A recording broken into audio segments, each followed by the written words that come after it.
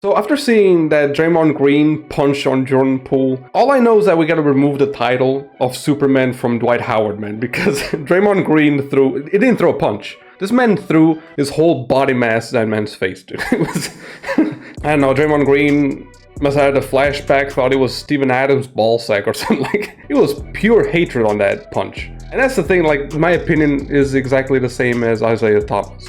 He definitely shouldn't have had his hands down, but I'm gonna keep it 100% real. If you my teammate, I'm not thinking you coming with that energy no matter how much shit we talking. No matter what. You hit me like we didn't know each other. That ain't it. It's not your typical tussle, right? It's not like teammates just playing rough or something. They had a disagreement and now they're at it. That's completely different. I played basketball not at a professional level, of course, but those things would usually happen. You know, testosterone is It's a hell of a drug. There's some people focusing on the wrong aspect of it, if you ask me. For example, Reggie Miller, which a legend by now, of course. No rings though. How in the hell was that Draymond Green Jordan Poole video leaked? That's an in-house video, man. There better be some heads rolling. Y'all are the world's champs and I have an inside snitch. And I understand he doesn't really like condone anything, like he's not forgetting what happened. But when people talk about like being handled internally and snitches and all that, do y'all forget that you make millions of dollars? Like, this is not really a case of someone in the street having a problem with someone else. Even though it did look like a clip from the streets, you know, at some point I was expecting a world star. Thank God it actually came out. This whole thing of snitching and all that, and this shouldn't be released. I think people forget the seriousness of this and that sports don't really make it an excuse to do this shit. I feel like when there's sports involved, people are very lenient, right? They don't give a shit. Like, they think it's a completely different world. Like, legally, as long as you're in the team headquarters or private property or something like that, it's no issue. And I mean, this would be like you having a cookout and your uncle, you know, being an uncle, he's drunk, right? And he starts talking some loud shit, which I'm not sure what Jordan Poole said.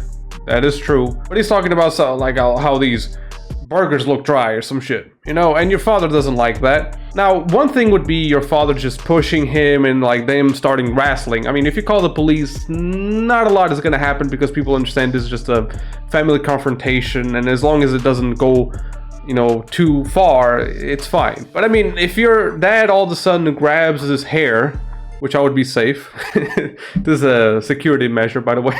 And he grabs his hair and starts like just smashing on a table.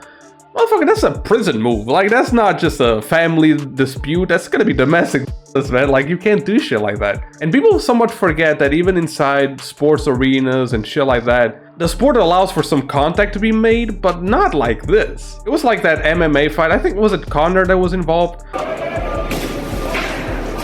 I mean, you can't do shit like that. Maybe if it's inside a ring or something like that, like, that's entertainment, and especially considering MMA fights, you know, it would be allowed. But not this. This is not basketball, man. Not even the slightest. This is not a team confrontation or something like that. Like, that's not this is some bad blood. I don't know what happened. I'm not sure if we're gonna find out. I mean, Draymond Green already talked about this. This man went through a whole minute or something like that without apologizing. Like, this man was dodging responsibility like it was a plague, you know. Even if he was talking about his mom or something like that. Like, you can't punch people like this. It's just, he went unconscious, people. This is dangerous. This man has a career. Even a fucking chump that has like the minimum contract, what is that, $500,000 legally on NBA? Even the worst player in the team has a mansion. Take someone out like that, you know, outside of the ambience of training and playing the game and shit. That's a lawsuit right there. People, that's an assault. Don't make this light. You know, people saying like, oh, you're overreacting. This is not an overreaction. Again, this is not just normal. Everyone saw that. Isaiah Thomas and many other players were like, that's some wild shit. Everyone's talking about it. That's not an overreaction. So when it comes to this could be considered a crime. So I don't understand why people are so focused on like, oh, there's a snitch, and it should have come out, and thank God he did. It's kind of like a mentality that people always had with NBA, and I really don't like that shit, is that, you know, you gotta treat these things internally. Like, if it was a normal teammate scuffle or something like that, like, I would understand that shit, but that wasn't the case, man. I understand whoever released it wasn't for the good of their heart, right? It wasn't like they released it to TMZ. They wanted to get paid. Also makes me question, how much do you get paid as a video guy? I mean, I understand you're not a player, but don't you get paid enough? But I guess more money is always better. And I know he sold out and he just wanted to get those TMZ bucks, but Man, I don't know. All I know is that Draymond Green has to take that Jake Paul invitation, alright, and get those $10 million, alright? This man will do anything. Punch faces, kick nuts, he'll do whatever.